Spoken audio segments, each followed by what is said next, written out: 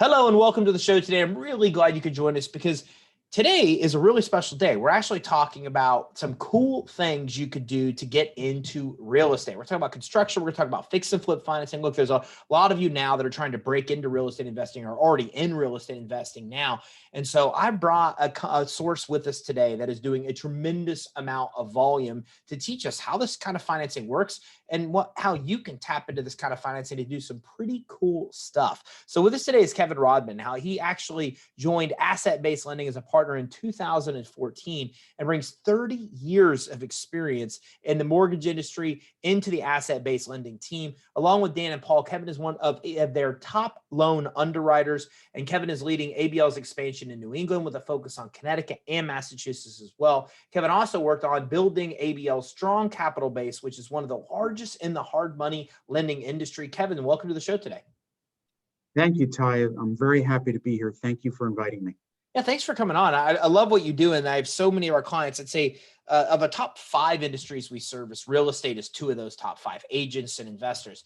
And so a lot of people are not familiar with hard money lending, as we talked about in your bio. So let's start there. What is hard money lending? How does this work?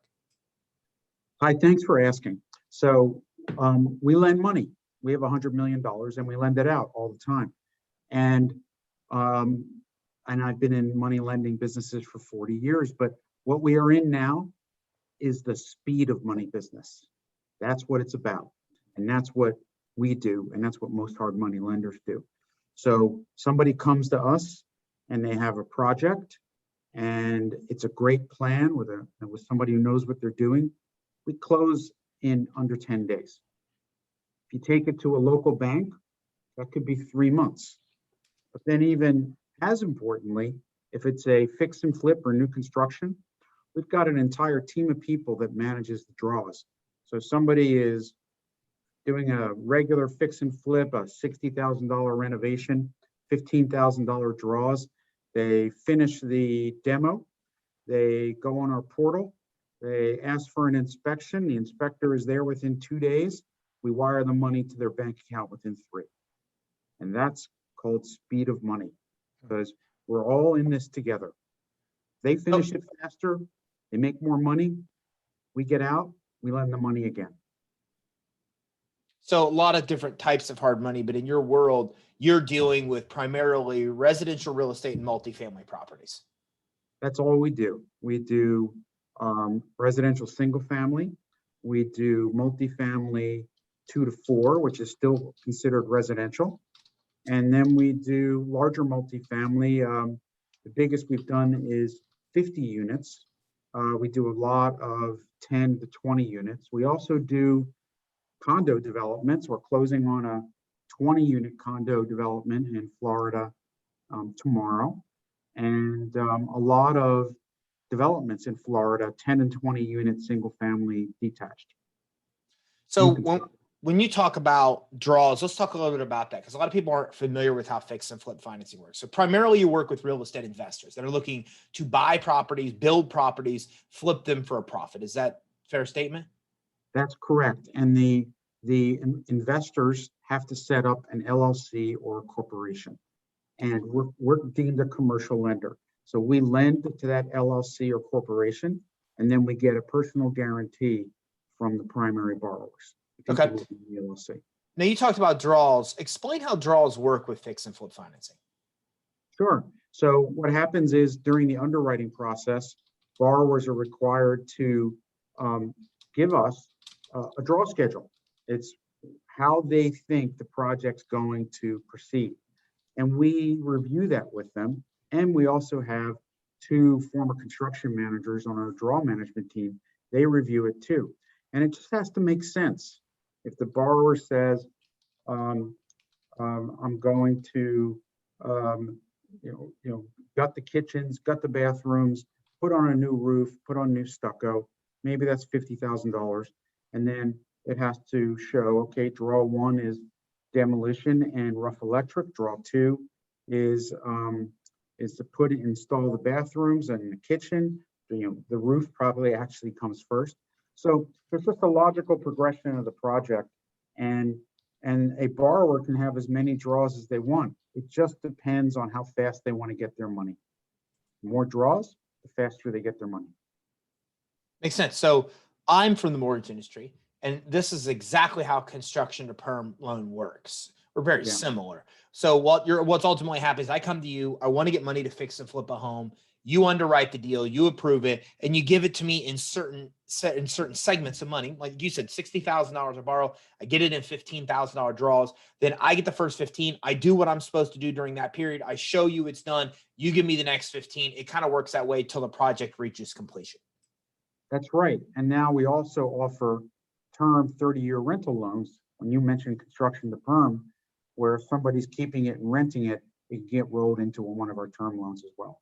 Okay, so which is phenomenal because typically you've got fix and flip financing. Somebody gets a property, they fix it, they flip it. Obviously, the name is self-description, right? And then we also deal with long-term rentals, which is usually buy and hold, I think is often referred to as. So you do both. You can actually help somebody with fix and flip financing. And then if they decide to even keep it and make it a rental, you can help them with the other side of putting it into long-term financing where they can actually keep it and then rent it. That's correct. In fact, we're seeing a lot more of that right now, partially because prices are going up and the spread, a profit spread on fix and flip is getting kind of tight. But the profit spread on holding it and renting it is actually pretty good in a lot of places. Even, in Florida, we're seeing a lot of it. Yeah. And in the Northeast. So, and I want to talk about the construction as well, but let's talk about the fix and flip. Well, actually, I want to talk about all aspects of this. But so on fix and flip financing, what do I have to qualify for fix and flip financing? Okay. We start with, you have to bring us a deal that makes sense. So we're a hard money lender. What that means is we look at the underlying value of the property. So if you come to us with a deal and you're buying it for $200,000 and the renovation is 50 and you think it's going to sell for 350, so that's a $100,000 spread, which is a little wide for what we see these days. We will underwrite it with you. We would say, okay, well, the profit spread looks like it makes sense. Let's look on Zillow and see if there's comps for fully renovated homes. Okay, yes, so it looks like there's comps. Tell us about the project. So then we ask the borrower to explain what they're going to do to make this a beautiful home that will sell quickly. Is it luxury? Is it builder's grade? What materials are you using? Do you know your contractor? You have to come to us with the package. Come to us with the house you want to buy and a purchase contract, a scope of work, and the ability to explain the project. Then once we do the underwrite, and which takes 20 or 30 minutes, we also then are going to ask you about your FICO score. Our FICO minimum is 620, but we make exceptions all the way, 660, I'm sorry, but we make exceptions all the way down to 620, depending on the story behind the 620. Especially now with COVID, there are reasons people might have missed a payment or two. So we take a good look at that. And if it's, we have to hear the story. And what we do that's different than other lenders is ABL is big on the East Coast, but we're not big in the whole country. And my partners and I do that because we're East Coast people. And so we actually speak to every borrower. And we've spoken to thousands of borrowers. We've done almost 800 million in loans. And so we get to know them, and the borrowers actually can call us. But so back to your question, we talk to the borrower, we get comfortable with the underlying collateral, we find out what their FICO score is, we ask them what kind of work they do, what kind of money they make, do they have money in the bank, and then we size the loan. Our borrowers have to put down a minimum of 15%. If you've never done it before, it's 20%. So if the purchase price is 200 for an experienced borrower, we might require 30,000 down. For an inexperienced borrower, and we're happy to deal with first timers, that's going to be more like 40,000 down. So we ask, do you have the money?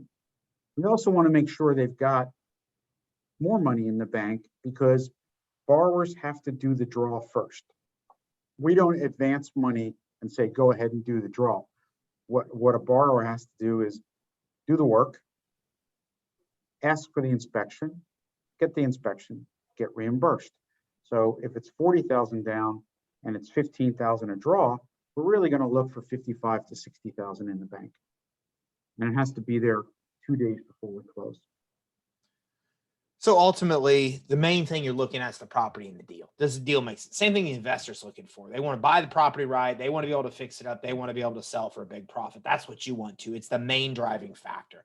But then beyond that, you have this common sense aspect of, do they have a history just paying back the people that they're supposed to pay back? Like, they don't need to be aces on everything, but they need to at least have like a 600 type credit score that reflects that they're paying their bills back. It gives you some kind of indicator that they're going to pay you back, obviously the primary concern. And then they have to know what's going on. It's not that they need to have done this 3, 4, 5, 10x or however many times, but they have to understand the deal structure. They have to have a basic idea of, here's how much I got it for. Here's how much I think I could sell for. Here's what's going to be needed. Here's the people that's going to do the work. That you have to believe there's a general knowledge there. And then you want them to have a little bit of skin in the game. So, they've got as much to lose as you do if they end up not completing the project. Does that sound like a pretty fair summary? It's a perfect summary, Ty, and you hit it, the nail on the head at the end, which is skin in the game. And we have skin in the game. It's our money we're lending. We want our borrowers to have skin in the game. And that's the most important thing. That's it. Is the borrower smart? Do they understand the project? Do the economics make sense? And do they have skin in the game? And that's why out of 3,000 loans, we've only ever had 80 that had a problem. So it's a great track record. And the reason is because we take the time to understand the deal. And in fact, 60% of our borrowers are repeat borrowers, which is great for us because we can underwrite a repeat borrower in 10 minutes. A new borrower might take half an hour. So can somebody have more than one loan outstanding at a time with you? Yes, we have limits for different types of borrowers, but right now our limit per borrower is around $2.5 million. But we can go much higher because we have capital partners that will share deals with us anytime. So there's almost no limit as long as if somebody is up into the 10 million range, they've got to be a real professional who's been doing it for a long time. And it sounds like this is in 2 decades plus of being in the financing industry. This is what I call common sense lending. And what I mean by that is that, you've got lenders that have set guidelines set by somebody that usually doesn't know what the heck is going on, guidelines that oftentimes don't make sense. But it sounds like you are saying that you look at a deal for its merits and underwrite it just to see if it makes sense, if it's common sense, if it looks like the deal structure makes sense, you're dealing with the right borrower, you're dealing with the right property, that it's something you're going to underwrite and approve fairly quickly. Yep. What happens is we have salespeople, and the borrowers first talk to the salespeople. The salespeople know our underwriting guidelines, and they know very quickly if it's a yes or a no. If it's a yes, they take down all the information, help the borrower submit the application on our system, or borrowers can just do it at our portal online, and then it comes right to the underwriters. We all sit together here. Although we have salespeople in Florida and salespeople in Massachusetts, and they're all over, salespeople in Philadelphia. And then honestly, it takes us, when we underwrite, 30 minutes max. So, and then that's it, it's approved. It goes to our committee, and all the underwriters vote. And if it's already gone through a salesperson and an underwriter, it's almost always approved. And then we send out the term sheet, and now this might have all happened in 8 hours. And then as soon as we send out the term sheet, our processing department reaches out to the borrower and tells them everything we need to get this loan closed. And our average loan closes in 2 weeks. We've closed as fast as 12 hours. When somebody comes to us with a full title and package. With the market so hot right now, There's some delays because of appraisers are too busy. But we have a stable of appraisers in every state that puts us at the top of the list because of who we are. So we're still averaging around 2 weeks, sometimes 3, depending on where. So I don't have to go through a long process to even figure out what's what. If I call your sales team and say, here's my scenario, I'm going to know within minutes if it's something that you could even do or not. And if so, then I take the next steps of submitting everything. Then at that point, I know typically within hours that it can be done, that I actually have an approval and I can move forward on the property. And then once I move forward on the property, then I'm able to, get a whole thing wrapped up and closed within just a couple of weeks to get the money I need. That's exactly right, Ty. Our salespeople return every call within 2 hours. Our underwriters underwrite every loan within 2 hours once they receive it. We are in the speed of money business and the service business. That's what we do.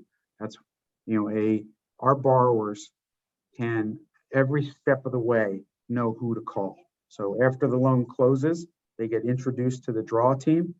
And then when they come up for their first draw, they can have a discussion with the draw team. This is how it's going to work. This is what we need you to do. Go to the portal, tell them it's your draw for how much money, and it all works smoothly from there. Yeah, I love a lot of things what you're saying, but some of the things I've been reading, especially recently, talk about how customers really crave customer service and appreciate it more. They even do the service of the product or the price they pay for something. And what I loved about what you just said is that every customer, every lead gets called back within 2 hours. And I like it because I'm the same way. Like, I know my team, your team, like I know it's going to happen 100% of the time. And that's something a lot of people don't have confidence in. So kudos. I think that's awesome that you have that confidence and know that your team does that 100% all the time. And that's the way you guys roll. I think that's really respectful and awesome. Well, thank you, Ty. And that's one of the reasons we've said, let's just stay on the East Coast, because I think when you get to one of these big national sizes and you're doing billions of loans, you don't maintain the personal touch. Underwriters don't talk to borrowers. Once the loan is underwritten, it's out of the underwriter's mind. With us, we're a life of loan concept at our company. And we think in the hard money industry, it's the way it's supposed to be, because this is a 2-week process. This is a huge trust me thing. We have to trust the borrowers to do the right thing. Borrowers have to trust us. They need to know they're getting our money. They're getting their money from us and things like that. So it's really different from going to a bank that might take 3 months and look at your tax returns and ask for dozens and dozens of documents and build this gigantic paper file, close the loan and sell it versus, a hard money lender like us that says, gee, we're in partnership with this borrower. We have a year to get this project done and sell it. Let's get it done. And I love that you use the term partnership. So is a year the term? I mean, what kind of interest rates I expect on something like this? If you that's something you want to mention off the top of your head, but what kind of term? Like, what kind of term do you finance these over where you're expecting somebody to be able to buy it, repair the property, and flip it? The vast majority of our loans are 12-month interest only balloon, which means the borrower has to pay us interest every month, and at the end of 12 months, they're supposed to pay us off. If they haven't finished for some reason, they're granted extensions 90 days at a time. Our rates range from 8% and 1 point for highly experienced borrowers that are doing 10 deals a year, all the way up to 11% and 2 points for somebody that's never done a deal before. But here's something even better. We also offer a 0 point option. So instead of 8 and 1, a borrower can take 10% and 0. And that's fantastic for people who think they're going to be out of the deal fast. And in today's market, with every house so hot, it's all we do is our 0 point program. So a beginner, they're called newbies. Instead of 11 and 2, we get 14 and 0. Highly experienced people are getting 10 and 0. Yeah, and I love that as well, both sides, because from what I know in your industry, Most only give 6 months of term and then charge a bunch more in fees and interest if somebody needs as long as 12 from what I've seen. So I think it's awesome that you guys give as much as 12, but then give a really cool financial incentive if somebody does what the program's supposed to do, which is get him in and get him out quick. Yeah, we're one of the only lenders in the country that offers a 0-point program. And the reason we do that is frankly because we think it's a great structure for our borrowers. It's been hugely popular. So when you're out there, when a borrower is out there searching for a hard money lender, obviously go to the internet and say, if you're in Tampa, hard money lending Tampa, and you're going to find a whole lot of lenders pop up on that page. And there's the ones who do the paid search, top 3, and then there's the organic.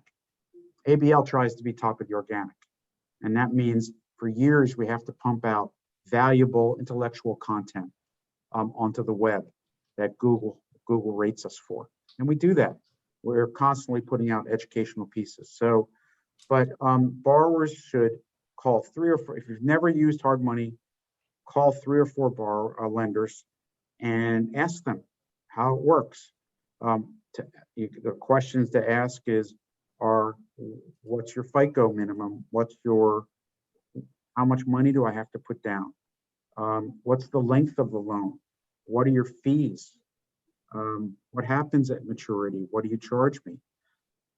Tell me how the draw process works. That's probably one of the most important parts of it, because there's a lot of customers that come to us because their last lender really screwed up the draw process and made them lose money. Kevin, so nobody has to do the research. What makes you different? Like, what makes you different compared to the competitors in the industry? Well, what makes us different is we are focused on high touch. We believe this is by nature a high touch business. This is not a business like a major bank doing 10 billion a month. This is a locally oriented business, and building homes and renovating homes, it takes a team to get it done. We've seen 3,000 projects. So we team up with our borrowers to make sure they're going to be successful. We watch the project. We see the inspection reports. When we see something that doesn't look right, we get on the phone and we tell them. And we say, hey, I think you need to change this. This doesn't look right. Maybe your contractor is, you need to think about you need to supervise your contractor more. So what differentiates us from everyone else is deep relationships, high touch, dependability, and super high speed. What about your buy and hold? How's the buy and hold program work? Well, the buy and hold program is usually it's always a 30-year amortization, and it's a 5-1, 7-1, or a 10-1, or a 30-year fixed. And the rates right now go as low as 4.5% and can go as high as 7.5%. And the factors that influence rate, the number one factor is debt service coverage. And what that means is you take all your rents, all your income, and you divide it by your expenses. And if it's better than 1.25, then you could qualify for a 4.25 loan if you have a very high FICO. The lower the FICO goes, the higher the rate goes. And the same thing goes with the debt service coverage ratio. If it's getting down close to 1, your rate's going to be closer to 7.5. If it's 1.4 and you're a 750 FICO, it's going to be 4.5. So it's a different kind of underwrite than a fix and flip or new construction, because there's no construction. But so we have to look at the market rents. We have to see if there's leases in place. If there are no leases and the project was just completed, then the industry rule generally is to underwrite it to market rents, maybe reduce that by 5 or 10% to be conservative. And then we need to know the expenses, what are the taxes, what's the insurance, are there any HOA fees? All those things get added up, and it's honestly kind of a check the box kind of underwrite versus fix and flip and new construction is like you're building a story. You know, you're really making a story out of the whole thing. Who's the borrower? What's the project? Does it make sense? Whereas on the term loan, it's not so much story, it's prove to me that your debt service coverage ratio is adequate so that you can pay this loan for the next 30 years. That's it. That's what it's about. Kevin, do And you usually flip some? Do you offer these loans to anybody that, or is it just the people that you've done fix and flips for? we offer it to everybody. So I can come to you just primarily for a long-term mortgage on a rental. We do millions of people that just come to us for that. So what kind of loan to value, for example, am I looking at on, well, let's talk about both. What kind of loan to value am I looking at on a fix and flip? What kind of loan to value am I looking at if I get a 30-year, amortized buy and hold type loan? They're about the same. The max is 75% right now. So fix and flip will go as high as 75, but frankly, we don't see too many there because if you do the math, it might not be a profitable deal. It's tight. So we see more in the mid to high 60, and that's back end after repair value. So a borrower might come to us if they've done 10 deals in a year and they got a high FICO. We'll lend them up as much as 90% of the cost of their deal, but they have to put down a minimum of 15 points on the purchase of the house. But we'll go as high as 90% of the deal cost, but then the back end ARV appraisal for highly experienced people is 75. For lower experienced people, it's 65. On the term product, it goes to 75. It's pretty much where the market wants to be. Somebody with a low FICO is going to get dialed back to a 65 or a 70. You help me on a long term if I'm just looking for a single property for investment. If it's not a multifamily, like let's say I find a house down in Tampa that I know I can kill it with a long-term rental or Airbnb-ing it. Can I still come to you for that to get financing on that one property? As long as it's in an LLC, we do hundreds of those. Okay, so but in that case, how does the debt service coverage work if I don't have a renter in there already? Is it based on what will happen if I put somebody in there? Well, first of all, you can go on Zillow and look at rents for something similar. As long as it's not in a rural area, there's comparables. They're called comps, COMPS. And Zillow can give you comps, but we get an appraisal. And the appraiser gives us very precise market comps. And then if there are no leases and it hasn't been seasoned, then generally those are reduced by 10%.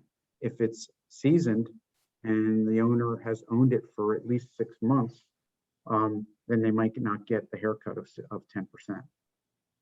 Cool. Makes perfect sense. Construction, how does your construction product work? So it's pretty similar to fix and flip.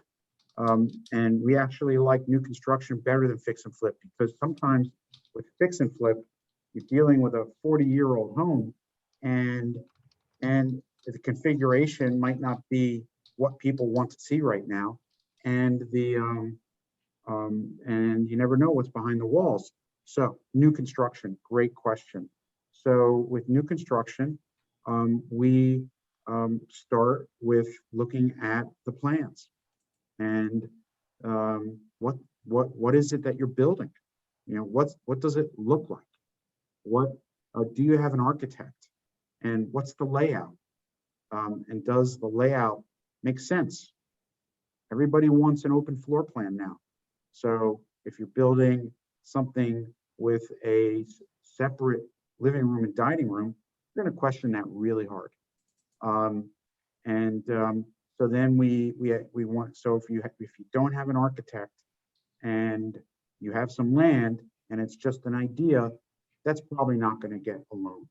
It's show us what you're thinking, explain the plans to us, and then who's your contractor and how much is it going to cost? And we'll look very hard at the cost per square foot. And we know in everywhere where we lend what a typical cost per square foot is. Now in Florida, a nice home costs real builder cost, no markup, used to be 100 to 105 a square foot. Now with the run up in prices of lumber and everything else, it's more like 115 to 120 per square foot. But houses have gone up about the same amount. Houses are up 10 to 15%. Materials are up 10 to 15%. So we look at the plans. We ask, who's your contractor? A lot of times our borrowers are the contractors. We ask about the contractor's experience. Of course, we need to know the borrower's experience. We will do new construction for anybody as long as they've done one before.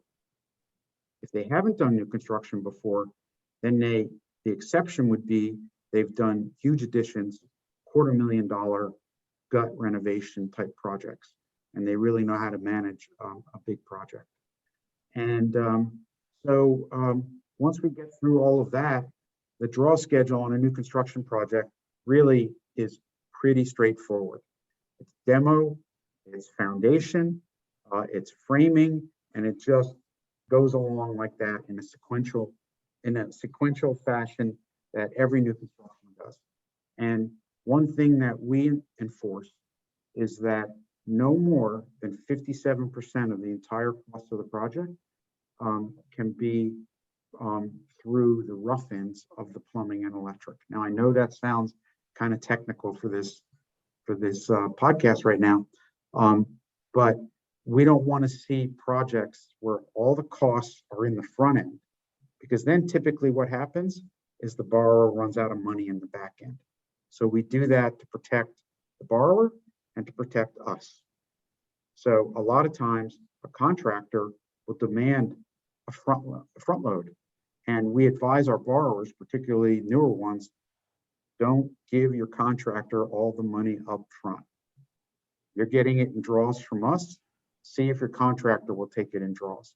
If not, be very careful about giving the contractor too much money up front. Kevin, thanks for coming on with us today. Where can everybody go to learn more? Because you put a lot of education out in the space. How can they access that? And then where can they actually go to get approved?